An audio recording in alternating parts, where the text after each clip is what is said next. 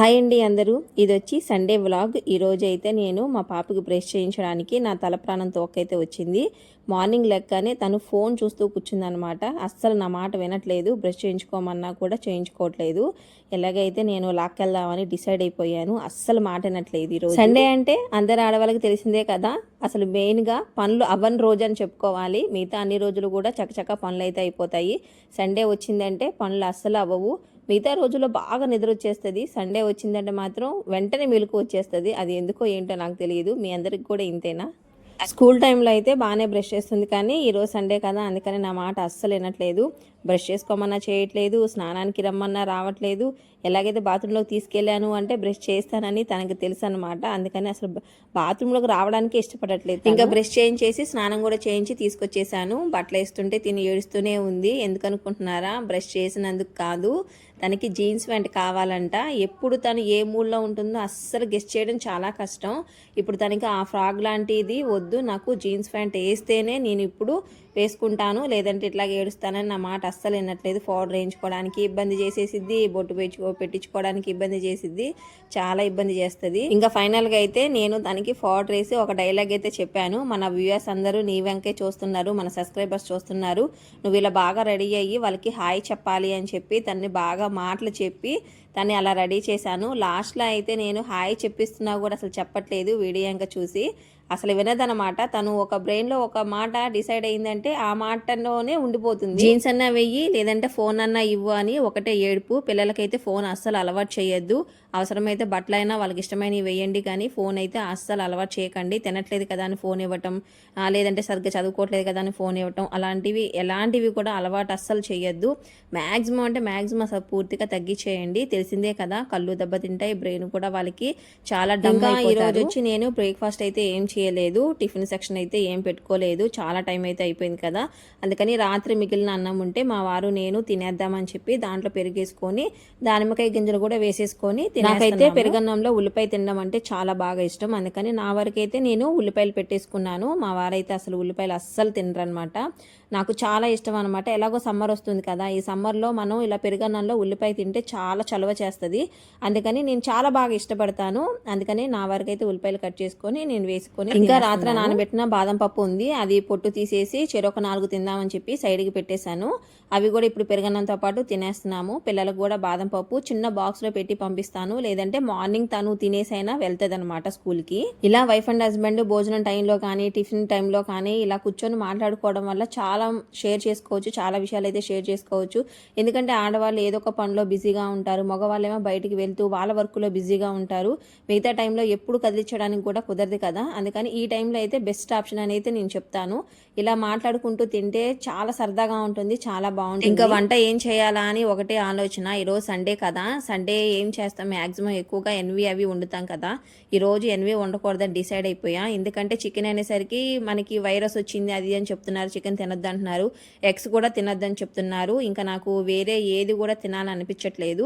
అసలు ఎన్విఏ వద్దు, ఈరోజు మతికి నేను ఏదో ఒకటి చేస్తాను అని చెప్పేసి కొంచెం బగారా రైస్ లాగా, కొంచెం కుర్మా లాగా ఏదైనా రెసిపీ చేసుకొని నేను బాక్స్ కట్టి పంపిద్దామని డిసైడ్ అయిపోయాను. బియ్యం పెట్టిన ర్యాక్లోనే రీసెంట్గా డిమార్ట్ నుంచి తీసుకొచ్చిన పలావ్ రైస్ అయితే ఉంది. ఆ పలావ్ రైస్ ఎప్పుడన్నా నేను యూజ్ చేస్తూ ఉంటాను, మొత్తం ఒకసారి వాడేయను. 1 కేజీ 2 కేజీలు అలా తెప్పించుకొని అలా ఉంచేస్తాను. ఎప్పుడన్నా సండే చేయడానికి కానీ, లేదంటే ఎవరైనా చుట్టాలు వచ్చినప్పుడు వండడానికి కానీ ఉంటాయని చెప్పి అలా పక్కన ఉంచేసుకుంటాను.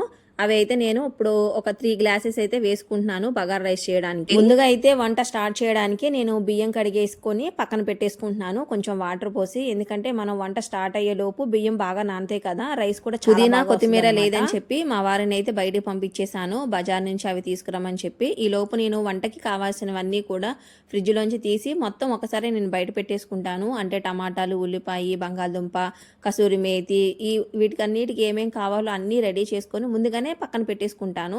పెద్దాక డోర్ అయితే ఫ్రిడ్జ్ డోర్ అయితే నాకు తీయడానికి అస్సలు ఇష్టం ఉండదు అనమాట. నేనైతే చిన్నప్పుడు న్యూస్ పేపర్లో ఒక విషయం చదివాను ఫ్రిడ్జ్ గురించి.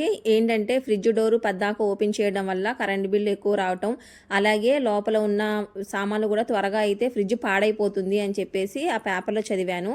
మనం ఫ్రిడ్జ్ ఎక్కువ కాలం ఉండాలి, అలాగే కరెంట్ బిల్లు కూడా కొంచెం సేవ్ చేయాలి అనుకుంటే కనుక మనకి ఏమైనా అవసరం ఉంటే అవి వెంటనే తీసుకొని ఒకసారి డోర్ వేసేయాలి. అలా పద్దాక ఓపెన్ చేసి వేసినా కూడా చుట్టుపక్కల ఉన్న ఆ బెల్ట్ కూడా లూజ్ అయిపోవటం, లేదంటే తొందరగా ఫ్రిడ్జ్ పాడైపోవటం అలా జరుగుతూ ఉంటుంది. మనం వాడుకునే దాన్ని బట్టే వస్తువు అనేది నిలకడగా ఉంటుంది. బగారా రైస్లోకైనా, పలావ్ రైస్లోకైనా, బిర్యానీలోకైనా ఏదైనా సరే ముందుగా కావాల్సింది అల్లం వెల్లుల్లి పేస్ట్. అందుకని ముందుగా నేను అది రెడీ చేసుకుంటున్నాను. అంటే మా వారు వచ్చేలోపు ఇది రెడీ చేసుకొని పక్కన పెట్టుకున్నాను అనుకోండి, మా వారు వచ్చిన తర్వాత అవన్నీ గిల్లుకోవచ్చు కదా. పుదీనానే నాకు చాలా టైం పడుతుంది పుదీనా వలవటానికి. కొత్తిమీర అంటే మనం చిన్నగా తరుక్కోవచ్చు, లేదంటే ఆకులు గిల్లుకోవచ్చు. పుదీనా అయితే అలా కాదు, అది వలవడానికి చాలా టైం పట్టింది కదా. అందుకని ముందుగా నేను అల్లం వెల్లుల్లి పేస్ట్ అయితే వేసేసుకొని పక్కన పెట్టేసుకుంటున్నాను. నేను అల్లం వెల్లుల్లి పేస్ట్ వేసేటప్పుడు కొంచెం వాటర్ని అయితే పోస్తాను. అంటే ఇప్పటికిప్పుడు మనం కంప్లీట్గా అల్లం వెల్లుల్లి పేస్ట్ అయిపోతుంది అనుకుంటే కొంచెం వాటర్ పోసి పేస్ట్ చేసేసుకుంటాను. లేదు నిల్వ ఉంటుంది, కొంచెం ఎక్కువ పడుతున్నాను, అల్లం వెల్లుల్లి పేస్ట్ ఎక్కువ పడుతున్నాను అనుకున్నప్పుడు మాత్రం కొంచెం ఆయిల్ వేసి, అలాగే కల్లుప్పు ఉంటుంది కదా, కల్లుప్పు వేసి బాగా మెత్తగా పట్టిన తర్వాత దాన్ని ఫ్రిడ్జ్లో పెట్టేసుకుంటాను. అయితే మీలో ఒక క్వశ్చన్ వేస్తాను, మీరు కామెంట్ సెక్షన్లో కామెంట్ చేయండి. అసలు బగారా రైస్ అంటే ఏంటి, పలావ్ అంటే ఏంటి, బిర్యానీ అంటే ఏంటి, ఈ మూడింటికి తేడా ఏంటి అనేది కామెంట్ సెక్షన్లో కామెంట్ చేయండి.